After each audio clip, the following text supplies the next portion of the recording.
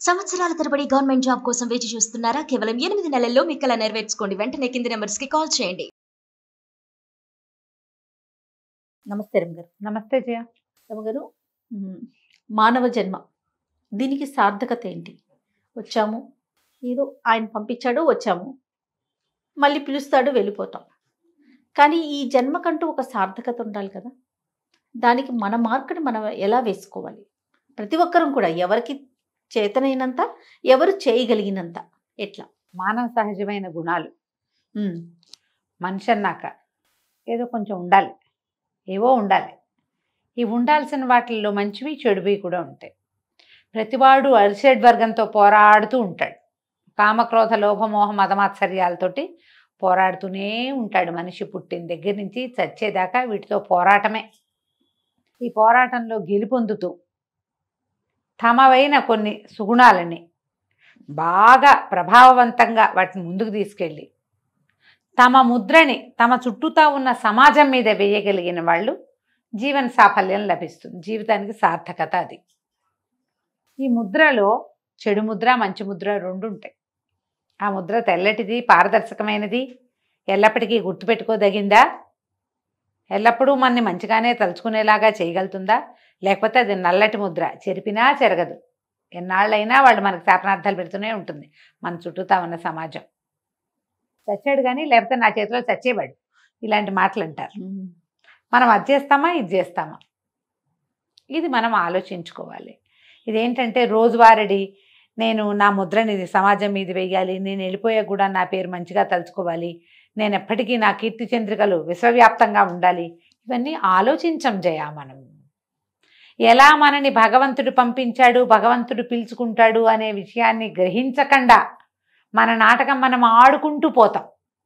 ఈ ఆడే నాటకంలో నా వల్ల నేను ఒక మంచి అద్భుతమైన ముద్ర వేస్తాను, రేపు కూడా నేను ఉంటాను, అవన్నీ ఆలోచించరు. ఆలోచించకుండా జీవించేస్తూ ఉంటాం. తెల్లారిందా, తిన్నామా, పడుకున్నామా, లేచామా, మళ్ళీ తెల్లారి ఇదే గోల. ఇందులో మళ్ళీ మనకి సంపాదన కోసము, జీవితం కోసము, సంసారం కోసము, ఫ్యామిలీ కోసము, జీవిక రోజువారీ తిండి తిప్పలు వీటి కోసము, భవిష్యత్ తరాలకు సరిపడా సంపాదించడం కోసము, ఇదే కాకుండా నా మాటే గెలిపించుకోవటము, నేనే ముందుండటము, నాకు నచ్చేలా ఉండటము, నాకు నచ్చిందే చేయటము, నేను అనుకున్నదే జరగటము, ఇవన్నీ రటన ఉంటుంది ప్రతి వాళ్ళకి. అది ఉంటుంది, ఇది ఉంటుంది. చిన్న జీవితం వాడికి బతకటం కోసం, పెద్ద జీవితం వాడికి తను కింగులా ఉండటం కోసం, దీనికోసమై పోరాడుతూ ఉంటాం. చిన్నదానికి చిన్న పోరాటం, పెద్దదానికి పెద్ద పోరాటం. వీళ్ళేమో హాయిగా ఉన్నారని అనుకోకర్లా, మనం వీళ్ళకి ఉంటాయి పోరాటాలు, వాళ్ళకే ఉంటాయి. ఈ పోరాటంలో పడి రేపు మన తర్వాత మనం ఇక్కడ ఉంటామా లేదా అవి ఏవి ఆలోచన అసలు చేయము. మనం ఇలాగే తోచక మాట్లాడుకునే మాటలు అప్పుడు చెప్పుకుంటాము, స్పీచుల్లో చెప్పుకుంటాము.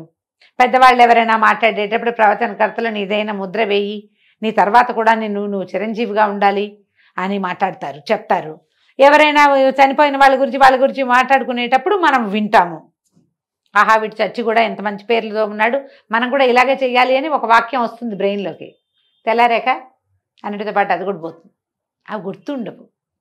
జీవితం ఒక పోరాటంగా వెళ్తూ ఉంటుంది.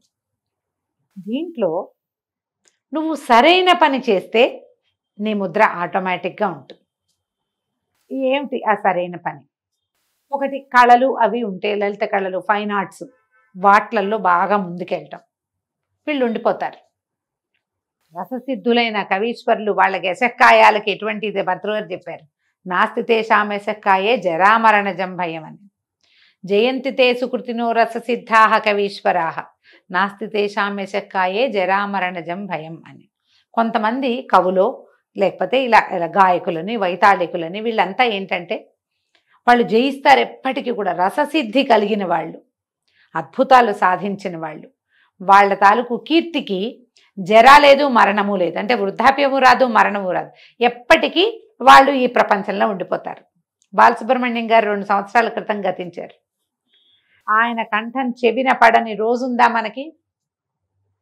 ఘంటసాల గారు ఎప్పుడో 25-30 సంవత్సరాల క్రితం గతించారు. ఆయన్ని తలుచుకోకుండా ఉంటున్నామా మనం? ఇప్పుడు వాళ్ళంతా అట్లా తమ రంగంలో తమదైన ముద్ర సాధించి ఉంచారు.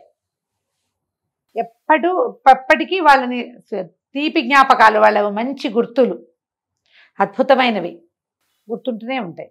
ఈ రససిద్ధులైన వాళ్లే కాకుండా టీచర్లు, మనలాగా మాట్లాడేవాళ్ళు, ప్రవచనకర్తలు, గురువులు, వీళ్ళందరూ కూడా ఎల్లప్పటికీ గుర్తుంటూనే ఉంటారు. వాళ్ళ దాంట్లో వాళ్ళు ముద్ర వేస్తారు. ఒక ఆఫీస్లో పనిచేస్తున్నాం, మంచి పేరు తెచ్చుకుంటాం. ఇదివరకు ఒక ఆయన ఉండేవారు, ఆయన చాలా బాగా చేసేవారు అంటారు. ఆయన వెళ్ళిపోయినా కూడా అవును కదా, మా తాత చాలా మంచివాడు, మాకు అందరికీ అన్ని ఏర్పరిచి పెట్టాడు అని చెప్పుకుంటాం.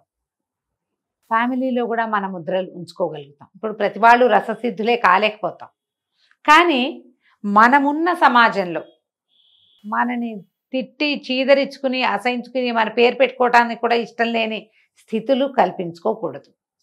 ఒక మనిషి జీవితానికి సాఫల్యం ఏంటంటే మరణించిన తర్వాత కూడా అదే మర్యాదతో అతని పేరుని తీసుకుంటూ ఉంటే, ఒకళ్ళైనా కనీసం ఒకరు బ్రతికుండగా ఏ మర్యాదని పొందాడో ఆ మర్యాదని మరణానంతరం కూడా పొందగలిగితే అది జీవితానికి సాఫల్యం. మనుషుల జీవితాలు అందుకు కావాలి. అవును, మనం ఏదో బతికాం ఉన్ననాళ్ళు ఏదో మన ఏడ్చాం లిచకపోయాం కాదు, అది కాదు. దానివల్ల ఏ సఫలత లేదు. అంటే చచ్చిపోయాక మనకి ఎలా తెలుస్తుందండి అని అనిపిస్తుంది కదా. కానీ మనతో పాటు సమాజం మొత్తం వచ్చేది, మన గుంపు కొంత ఇక్కడ ఉంటుంది, మనం పోయాక కూడా.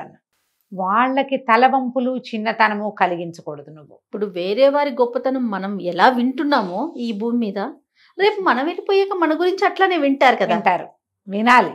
అది అలా చేసుకోవాలి. మనం లేకపోయినా, మనం మరణానంతరమే కాదు, మనం ఇక్కడెక్కడో పనిచేసాం, ఎవరికో 4 మంచి మాటలు చెప్పాం, మనం లేనప్పుడు కూడా వాళ్ళు మనని మంచిగా తలుచుకోవాలి. ఎస్, అది జీవన సాఫల్యం. ఇప్పుడు ఎంతసేపు చచ్చిపోయాకే మాట్లాడుకుంటున్నాం, చచ్చాక కాదు. మనం ఇక్కడ ఉండంగానే, మనం వెళ్ళిపోయినా మన సౌరభాన్ని విడవగలిగి ఉండాలి. మనం వాళ్ళు ఉన్నారు, వాళ్ళు వచ్చారు, చేశారు, చెప్పారు, వీళ్ళకి చెప్పటం వల్ల మాది బాగుంది, వీళ్ళు చాలా బాగా చెప్తారు, చాలా బాగా చేశారు, ఎంత సహాయం చేశారు, అన్నం పెట్టారు మాకు, ఇలాంటివి వెనక్కి ఉంచుకోగలగటమే మానవ జీవితానికి సార్థకత. పోతే పోతామమ్మా, ఎవ్వరూ కూర్చుని పేటేసుకుని ఇక్కడే కూర్చునేవాడు ఒక్కడు లేడు. ఎవరైనా ఒకటే దారి, అంతే. ఏ దారిలో వచ్చామో అదే దారిలో వెళ్ళిపోతాం కూడా. మన ముద్రని విడిచిపెట్టి వెళ్ళగలమా లేదా అనేది ఆలోచించండి తప్పకుండా. ఇప్పుడు ఈ జీవన పోరాటము, ప్రయత్నము, మన డాన్స్ మన నాటకం మనం ఆడేసుకుంటూ ఉంటాం. దీంట్లో కూడా ఒక మంచి చేయొచ్చు మనం.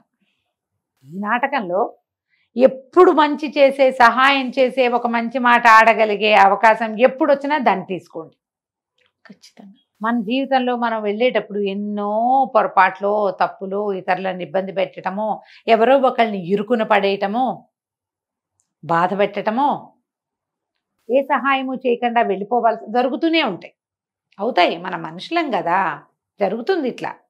కానీ దీంట్లో కూడా ఎప్పుడైనా మనకి సహాయం చేయాల్సిన అవసరం వస్తే దాన్ని తీసుకోండి. అది మానద్దు. అది మనని మన వెనకాల నుంచోబెడుతుంది తప్పకుండా. ఆ నుంచుతేనే మానవ జీవితానికి సార్థకత. మనిషి అయి పుట్టినవాడు ఎవడైనా సరే ఇతరులకి సహాయపడాలి. భగవద్ధ్యానం చేయటము, ఇతరులకి సహాయపడము, మనం ఏ భూమి మీద పుట్టామో ఆ భూమికి కొంత మేలు చేయటము, ఎంతో కొంత, ఇవి అవసరం. ఊపిరి ఎలా తీసుకుంటున్నామో ఈ పనులు కూడా అలాగే చేయాలి. ఓ మొక్క పెట్టండి, ఓ మొక్కలకి సహాయం చేయండి, వాడికి ఒకడికో ముద్ద అన్నం పెట్టండి, ఒకళ్ళకో మంచి మాట చెప్పండి, మీకు వచ్చిన విద్య ఎవరికైనా చెప్పండి. చాలామంది అలా కూడా ఉంటారు, తమ ఏదైనా నేర్చుకుంటే ఎవరికి చెప్పకూడదు అనుకుంటారు, దాచేసుకుంటారు. విద్యలు దాచుకోవద్దు. మానవ జీవితానికి సాఫల్యం ఎప్పుడంటే మనం ఇతరులకి నేర్పగలిగినప్పుడే. మనం అట్లా దాచేసుకుంటే మనకి పురాణాలు అవి వచ్చేవా? అదే కదా, ఇప్పుడు వచ్చింది ప్రింటు. ఇదివరకు ప్రింట్లేవి. ఈ మంచి మాటలన్నీ, ఈ భగవద్గీత, ఈ భాగవతం, ఈ అష్టాదశ పురాణాలు, ఈ సాంఖ్యయోగాలు, ఇవన్నీ ఎక్కడి నుంచి వచ్చినాయి? ఉపనిషత్తులని, వేదాలని ముందు నుంచి వాళ్ళు తర్వాత తరాలకు అందించుకుంటూ పోయారు కాబట్టి వచ్చినాయి. అలా మనం ఏదైనా ఒక మంచి విషయం, మంచి తెలిసి ఇతరులకి అందించండి. అప్పుడు కూడా మానవ జీవితానికి సార్థకత లభిస్తుంది. ఎవరి లెవెల్లో వాళ్ళు, ఎవరు ఏం చేయగలిగితే అది, కానీ చేయాల్సిందే తప్పకుండా. అంతే. చేస్తేనే మీకు మనిషిగా పుట్టినందుకు మీ జీవితానికి ఒక విలువ, ఒక మర్యాద మీ దృష్టిలో అయినా ఉండాలిగా మీకు మర్యాద, ఆ, అవునా కాదా? అంతే కదా అమ్మగారు. కాబట్టి మన దృష్టిలో మనం మర్యాదగా ఉండటానికైనా కూడా మనం మనుషులుగా మిగలాలి, నిలవాలి, ఉండాలి. నమస్తే అండి. నమస్తే చె